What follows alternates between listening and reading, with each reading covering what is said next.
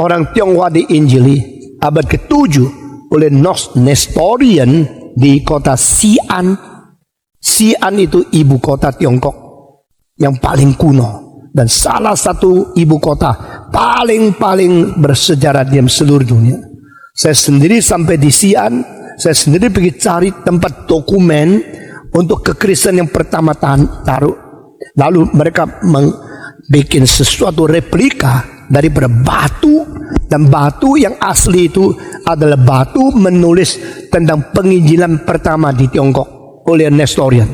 Dan batu yang pertama yang asli itu justru dikirim kembali ke Vatikan, lalu bikin satu kopi yang taruh di Xi'an. Sebenarnya tidak usah begitulah, yang asli di Tiongkok mesti ada di Tiongkok lebih baik. Lalu itu batu yang direplika itu boleh dicetak dengan hitam lalu putihnya kelihatan. Itu menjadi dokumen pertama Injil datang Tiongkok abad ke-7. Nah ini namanya Ta Qin Jing Jiao Bei.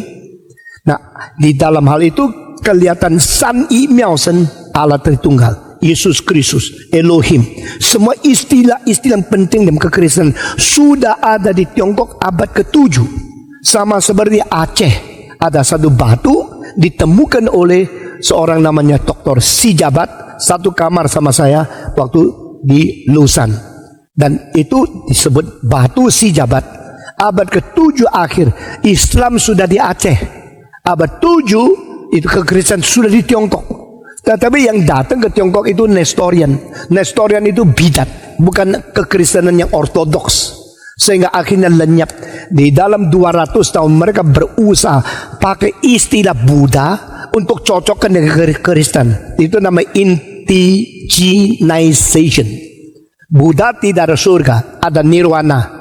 Lalu agama Nestorius mewakili kekristenan berusaha mengadopsi nama-nama Buddha di dalam ajaran Kristen supaya orang Tionghoa tidak rasa asing, bisa persamakan Buddha sama Kristen, lebih gampang jadi Kristen. Tuhan tidak izinkan.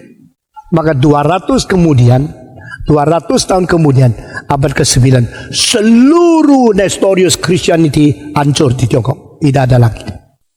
Sesudah itu 400 tahun kemudian baru Tuhan kirim penginjilan dari Katolik ke Tiongkok. Waktu itu Xi'an sudah bukan ibu kota. Ibu kota menjadi Tatu, dan Tatu adalah sekarang namanya Beijing. Oleh siapa? Oleh orang Mongolian. Jadi Mongolian cucu dari Genghis Khan. Genghis Khan punya anak punya anak, akhirnya menyerang Beijing dan akhirnya sudah masuk. Dia anggap tempat itu bagus, dijadikan ibu kota Yuan dinasti. Yuan dinasti punya piring hitam putih yang terkenal. Nah saudara-saudara, lalu setelah abad ke-13 yang masuk namanya John of Montegoveno, abad 13 masuk istana mengabarkan Injil. Mongolian tidak kenal Tuhan, tidak kenal Kristen. John of Montegoveno pergi, tapi tidak lama kemudian Yuan dinasti cuma 98 tahun akhirnya hancur. Jadi orang hebat sekali, naik kuda lari ke sini sampai tempat manapun dibantai, dibakar, diperkosa, orang ketakutan. Akhirnya dia menang karena tentara. Akhirnya tidak lama, 98 tahun kemudian dinasti Ming meneruskan, dan Ming mulai daripada orang yang namanya Chu Yanzhang atau Hongwu. Dan dinasti Ming itu tidak menerima Kristen, dan mereka menerima Konfusianisme dan sebagainya. Sampai pada akhir Ming banyak orang Katolik datang lagi ke Tiongkok. Sampai Qing, maka Giuseppe Castigliani datang ke Tiongkok. Matteo Ricci di dinasti Ming dan Giuseppe Castigliani di dinasti Qing. Akhir 270 tahun daripada Tiongkok itu Qing. Setelah Qing tahun 1911 baru Sun Yat-sen menggulingkan semua dinasti yang ada kerajaan, mendirikan Republic of China. Dan 49 diusir ke Taiwan, Mao Zedong merajalela di Tiongkok. Ini di dalam sejarah terakhir ini, maka berapa kali kekristenan mendapatkan sambutan yang baik oleh raja, tapi akhirnya satu-satu ditolak lagi. Penerimaan yang paling baik Kaisar Kangxi. Kangxi mau menerima Kristen. Kangxi mau jadikan seluruh Tiongkok Kristen. Tapi tidak bisa terima kalau tidak boleh menyembah nenek moyang. Maka Kangxi kirim seorang pergi ke Vatikan dengan surat tanda tangan dan cap stempel dari para kaisar, minta izin dari paus yang di Vatikan, perbolehkan bangsa Tionghoa menyembah nenek moyang. Kalau ini diterima, kami akan menjadikan Tiongkok negara Kristen. Surat itu dibawa dengan naik kuda, jalan melewati Mongolia, melewati Rusia, melewati Afghanistan, terus sampai di Vatikan.